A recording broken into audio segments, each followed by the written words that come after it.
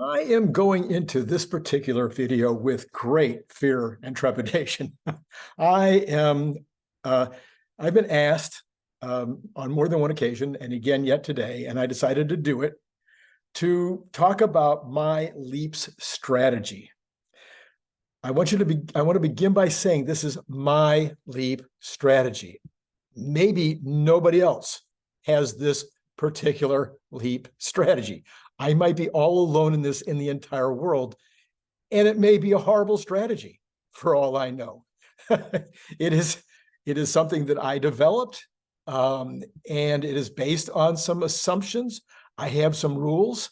I'm going to tell you my assumptions. I'm going to tell you my rules, and I'm going to show you how to do it. It isn't for everybody, although to a certain extent, to the extent that you do it this way, it might be for everybody. It might be something that anybody could do and experiment with it, have a little fun with it, and maybe make a lot of money. I am not an investment advisor. This is not investment advice. It is extremely personal. And, I'll tell you how it works. Okay. So a LEAP, it is a type of option. A LEAP stands for long-term equity anticipation securities. I only play LEAPS like a casino. I only use small amounts. I don't even invest amounts that I can afford to lose. I only play amounts that I can afford to lose without concern. The kind of money I would take to Vegas. Maybe today, with my lifestyle and everything else, and I was going to Vegas and I was thinking, okay, I'll go and I'll just play. Now, everybody says don't ever go to Vegas with an amount you can afford to lose or that you're willing to lose. Well, okay, that may be true for Vegas because Vegas is betting. This is way beyond betting. This is investment strategy that and it can work, okay? But it's not betting in the sense that you're rolling the dice and you have a 51 or 49 or 52 or whatever percent chance that it's going to come your way. So anyway, can you feel my energy right now in terms of explaining this? All right, so I only put money into LEAPS that if I lost it, I'd be like, oh, well, no big deal. I also personally take money off the table when the amount gets too large. So for me, that might be 20 grand. At 20 grand, it's no longer fun. Now I'm playing with real money. So it gets around 20 grand, I take money off and I put it back into the stock itself. Does that make sense to you? I'm only going to play these in a range, let's say between 2 grand and 20 grand, where if I start with 2 and I lose the 2, oh, well. If I start with 2 and I build it to 10 and it goes back to 5 and then back to 2 and then I lose it all, oh, well. I never sold it or it was never money I had to begin with. I'm okay. But it gets to a certain number. And for you, that number might be a lot lower. It might be 15,000 or it might be a lot higher. It might be 50,000. Maybe you're worth a couple million, 3 million in cash assets. And losing 50,000 is not a big deal to you. For me, losing 20,000 would be a big deal, but that's for me, Randy Kirk, that's my limit. All right, now, why LEAPS? Why do I even use LEAPS as opposed to just buying regular options or just buying the stock? Well, LEAPS give you leverage. So if you have in particular in Tesla, it is very leveraged when you're buying LEAPS. So if the stock goes up $1 in terms of your investment, your LEAP might go up $6 or $5 or $4, something on that order. So it is a very leveraged amount. Number 2, your investment can be very small for for 100 shares, if you will, or for 200 shares. So you can and you can only buy 100 shares. You can't buy less than 100 shares of a LEAP. So when you're buying it, you're paying a fractional amount. So Tesla sells for $245 today. I will go into and look at some actual examples in a little while, but maybe you're going to buy a 700 LEAP for 2026. You're going to say, it's going to get to 700 by 2026. But it's only $245 today. Okay. you might only pay $5 for that or $7 for that. Again, we'll look at some actual examples to show you what you're paying for. So you'll be paying $7 a share, $5 a share times 100. So for $500, $700, you can get into 100 shares of the stock. And again, if the stock goes up a couple of dollars, believe me, and not every day and not always, because sometimes market considerations for the LEAPS or for any option are going to be different than considerations of what people are trading on the underlying stock. So you could have days where the stock goes up nicely and the LEAP doesn't, or you could have days when the stock is kind of flat and the LEAP goes up. Those things happen. Over time, it pretty much goes at what they call, I think it's called the delta, which is there's a certain percentage on every different option that you buy. There's a certain amount that the option goes up more than the stock, and that is discernible. It's something that is available to you. You can find it in certain websites that'll tell you all about these percentages, and you can go look at those. I don't. See, I'm telling you, this is a very personal strategy. I don't look at those deltas. I don't look at whatever they're called. I don't look at them. I don't care what the delta is. I don't care anything about that stuff. What I know is I'm trying to buy in as inexpensively as I possibly can. And that might be a stupid procedure. That might be a dumb way to do it. I don't know. That's my point. What I do know is that it worked for me when I was playing it, and I think it was 2020, and I made 33 times my money. Now, the next year, I lost money. Okay, I had a couple of those leaps that went south completely. It works a lot better in a go-go market, in a positive, in a bull. Okay, they say, geniuses.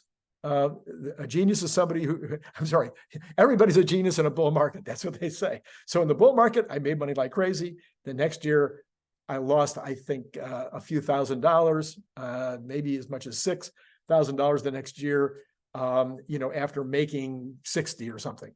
So, over the 2 years, I'm perfectly happy with the result because I kept taking the money off the table. I wasn't investing large amounts at any given time. Part of my strategy.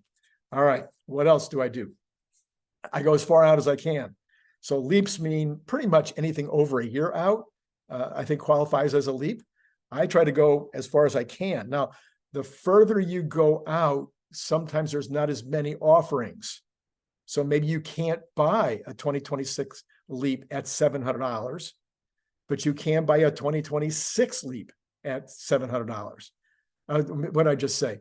Maybe you could buy a 2020. Anyway, the closer you get, there are more offerings. So to a certain extent, I mean, it's not always true, but more or less, the closer in you are, there's more offerings. The further out you go, there are fewer people who have put their options, who have sold options out there for you to buy. Another thing for me is I never intend to take possession of the stock. That's not why I'm doing this. I'm doing it to trade in between. I'm doing it to take advantage of the fact that people, when the stock is going up, the leaps go up more. That's the whole thing. Okay, another aspect of what I do is I only do it, well, I shouldn't say I only do it on Tesla. I've experimented a little bit on Apple and other stocks. My current personal philosophy is I only do it on stocks that are very volatile, and I only do it on stocks that I have a huge conviction, not a little conviction. I have like an almost certain conviction that the stock is going to go up a lot fairly soon. When I say fairly soon, let's say within a year. So if I'm going to buy an option that's 2 years out or more than 2 years out, I would like that option I would like to feel very high commitment that the stock is going to move dramatically higher in the short term, meaning a year. When I was day trading, I didn't care because I knew that if I had a bullish stock, I had a stock that was doing well and there was a lot of activity. If I was able to play it fairly decently, I could make $500 in a day and just trade out. And then another day I'd make $1,000 and trade out. I would make a few $100s and I'd just jump out. That was day trading, very hard on the heart. So again, my personal approach right now is that I'm looking for the long term, but I'm looking for something that's the option is 2 years. I think you can go more than 2 years out. We'll look at that in a second. But that's my theory. That's my philosophy. All right, I want to put up my I want to just a second here. I'm looking to try to make a change here. So when you're going to do options trading, you're going to need an options chain in order to make your purchases. If you have an, I'm assuming you have an online a company that you do business with where you make your trades. I use E-Trade. There's a million of them out there, and generally speaking, they're going to offer options trading, and they're going to offer options trading, and they're going to give you these option chains so that you can make certain decisions. What I found is that they will typically give you on your main page, they're only going to give you a little tiny chain, and then you have to hit the expand thing in order to get the full chain all the way out as far as there are offerings and as high and as low as those offerings go. I am going to today, though, I'm not going to use the E-Trade one. I'm going to use one from NASDAQ just so that it's something you can go get even if you don't have a particular person that you do business with. Now, you'll notice that most viewed in the option chain right away after the NASDAQ options index itself, you have Tesla, which, as you know, is the #1 most traded option out there. So let's go take a look at the Tesla options chain. All right, so here we go. So you're looking for expiration dates. So for me, what I'm looking for is, and I think there's a new one out right now for Tesla. I'm going to be looking for the furthest one out just as a starting point. So we got January 2026. So that is, if my math is right, it's 2 years and 4 months out. So we're going to go ahead and pick that. All right. And then we're going to want to see all types. I only care about, okay, all types, calls and puts. That's fine. Okay, that's good. So let's take a look now. Let's close that and get that out of the way. All right, so January 16th, 2026. So you now can see where there is the strike. The strike is what you're interested in, and these are the calls on the left, puts are over here. And so you can now see that the strike, so this would be an in the money, okay, right there. There's an in the money for Tesla right now. So you can buy it, right today, January 16th, 2026, you can pay $86.45. You get the bid and you got the ask, and that's your differential when you're trying to buy and sell. So you can see you're going to be paying $2.45. Basically, if you just bought and sold in a few minutes, you would be paying $2.45 for the privilege. But you can see right now that these are the bid price. So you're paying $85 roughly to get in the money in January of 2026. But now we're going to go out of the money. Whoops. We need to be able to slide this down. Trying to find their method.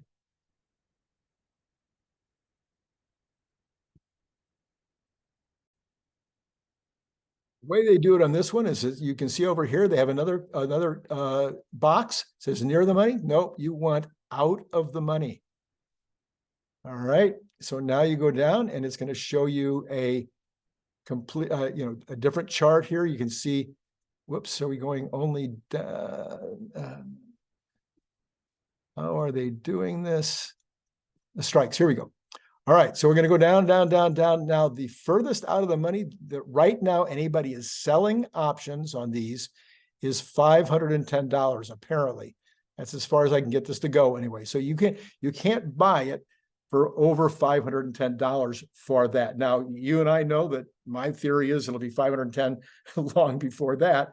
But right now, you can see you will only pay $29.10, or your total investment for 100 of these would be $2,900. All right, so there's, again, to give you the example of how this works, you're spending way less money in order to get your 100 shares if you're going to go out of the money. And this is what I typically do. Now, sometimes I don't go completely out of the money. Sometimes I feel like, well, if I come a little closer in, so let's go a little closer in. Let's go to, for instance, instead of January, let's go to September of 2025. So 4 months earlier, but still 2 years out. Now let's go down and see what's available. You go down and look what's available on this one. You can buy, whoops, I think I probably have to set the out of the money. No, it says out of the money. So interestingly, on this chart, oh yeah, here we go. We have a 480, it doesn't even go as high. You can only go to 480, and you're paying $25 for that. So you see it's a little cheaper. Well, actually, that's about the same. It's only a few dollars less, so it's not really significant. But you can see also as you go 460, et cetera, you can pay a little more and get a little closer to the money. As you get closer to the money, you pay more per share. So that is the basic idea. I'm going to go a lot closer just to give you one more example here. Let's go to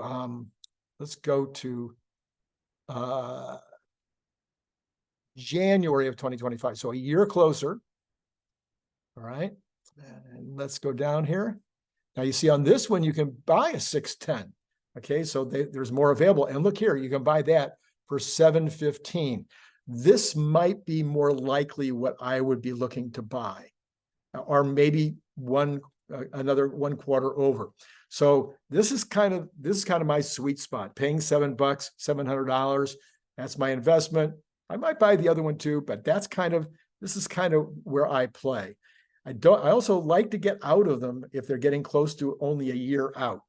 Now, when I say get out of them? So I would be selling it at a profit.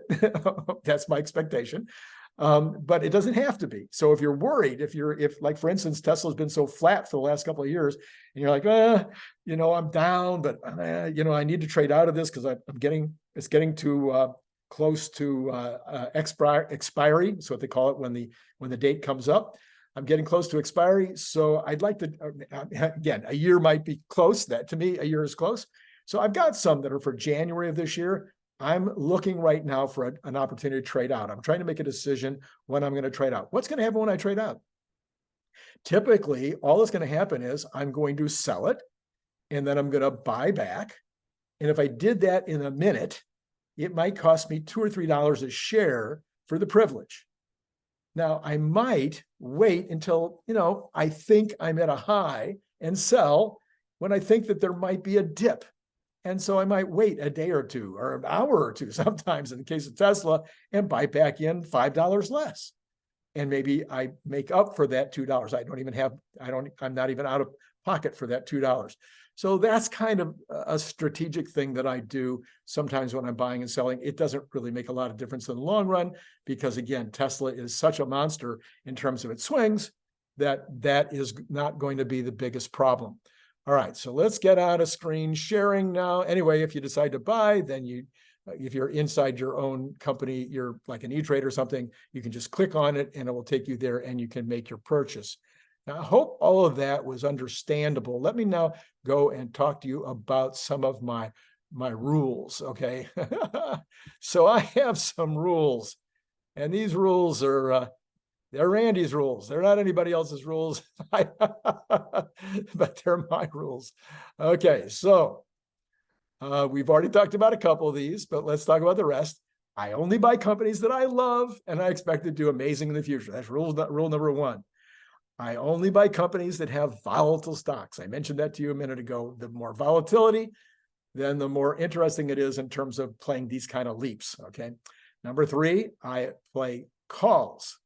Typically 18 months to 2 years out. I try to get out of them before they're at 12 months.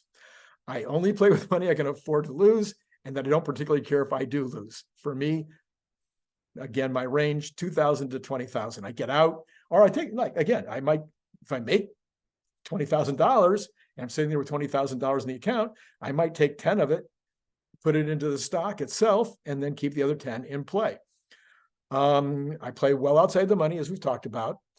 I try to pay under $30 for the call. That's kind of a general idea. It doesn't really matter that much, but that's me. Okay, because of my range that I'm talking about, then I need to pay if I was paying much more than that, then my limits would be a problem. I try to keep some money in reserve. So if I start out with $2,000, I might buy $1,000 worth, because let's say that I'm really way off, and then the stock, the option goes down, maybe 20%. Well, then I can buy more and do my cost averaging. Now, it may be that if it stays down or continues down like that, I might go over here and pull a few more dollars in order to cost average even more. Because why? Because I still have high commitment at what's going to happen in the long term. It says here that I almost never sell at a loss. I only sell when I have some profit. That's just me. That's just, I don't think there's really any reason about that, because you can sell at a loss and rebuy, for a longer term, like we just discussed, and it wouldn't matter. By the way, it's really good to play within your 401k or your various kinds of pension funds, because then you're not paying taxes on these buys and sells. Obviously, study the company and the stock, their vision, their management. Watch the fluctuations, get really clear about what the fluctuations look like. Anyway, I do a little technical analysis, as you know, on top of that. These are all things that I do. But again, I'm only talking about Tesla here. I'm not even yes, you can use everything that I just said to play Apple options, but Apple doesn't move around that much. I try to do things that move a lot. Watch for news on the company, prepared to move. Now, this is more of a day trading situation. So if you're going to day trade them, fine. I made a ton of money day trading. Okay, I really did 33 times in 1 year. Okay, but it's really, you got to be really on top of it then. Then you're really watching the news. You're prepared to move all day long. You're in and you're out. You're grabbing a $500 profit and you're getting out, and then you're getting back in. And this is how I do that when I'm doing that day trading thing. But this is also true for long term. Every play is a new play. Pretend like this is the first time you've ever invested in the stock or even in the market. It is always merely a case of what are the odds of an increases versus the odds of a decrease as things stand today, right now, on that stock. Okay, this is a great philosophy for every kind of investment that you make. What is the odds of an increase versus a decrease right now on that particular stock? That's a good way to decide a lot of things in life. Okay, but that's especially true when you're doing LEAPS, because again, of the tremendous amount of volatility, everything involved in options, the money moves very fast. So pretend like it's the very first time that you've done it. Oh, and so that you're not emotionally going, oh, last time I did that, or oh my goodness, I lost money, so now, or oh, I made a lot of money, so I can. No, it's a brand new trade. Okay. Next, number 14, regrets are for suckers and never cry over a profit. If you've got a profit and then it goes way up compared to that, go, good for those guys. I missed it, but I certainly got this profit already in my hand. Okay. And then if it goes down and you find that you're in a position where you just have to get out and take your loss. Oh, well, if you follow my first rule, then you didn't invest more than you shouldn't even feel sad. Okay. Number 15, your first investment in any trade should be less than half. That's what I just said. Keep some dry powder on the side. All right. Well, there you have it. Like I said, I was extremely nervous about doing this at all because it is a complicated and complex thing of which that's all I know. I mean, literally, I don't know anymore. I haven't studied options. Like I told you, I don't care about the deltas and all that stuff. I am not a technical trader. This is, I think, a simple system that you could play with. Okay, I'm not an investment advisor. This is not investment advice. It would be like a game, something you're playing a little tiny bit of money to see what happens. And maybe it turns out really good. And maybe you lose the entire thing. That's the nature of the beast. But everybody keeps asking me. I thought I would finally go ahead and do it. So, if you really, really want to thank me, you could join Patreon for $5 a month and you get a free book. Or you could join Patreon for $10 a month and get both of those books for free. Or you could choose one of the other two that's also available when you are at the $10 level. Actually, the $5 level, you get one of the 4 books. When Friday isn't payday and Making Money Out of Thin Air are the other 2. Or if you join at the $10 level, you can get one of these for nada, for nothing. I send it to you for free. I would prefer if you'd stay in Patreon for a while after you do that, because at $10, obviously I'm going to lose a fortune.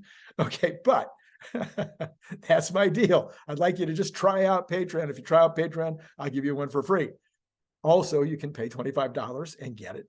And you can get either this one or you can get this lovely little one over here. Where is it? Where's my arm? I can't tell which way my arm's going.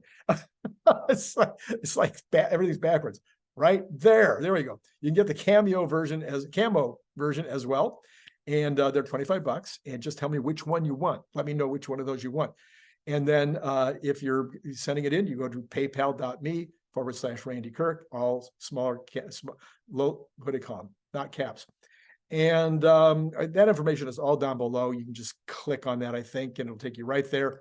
And if you want to buy way more than a couple, if you want to buy 10 or more, hit me up. We'll talk about a price. And then if you're out of the country, you have to add $20 in order to cover the freight outside the country. Okay. Be sure tomorrow, I think it's Brian White tomorrow. He's got some amazing stuff to talk about. Brian Wang, I think, is on Thursday. Larry Goldberg on Wednesday. Lots and lots of amazing stuff coming. Brian is at a nuclear fusion conference right now, so he'll be reporting on that, as well as some updates on LK99. You thought that was over, right? You thought LK99 is not going to be a thing, right? That's what everybody said. It's done. It's over. No, these guys were frauds. Huh. Yeah, they're frauds like Elon Musk. Well, they may or may not be great scientists, but there is more to the story, and that's one of the things we'll be covering later this week. All right. I think that's all I got to say. It's been great talking to you.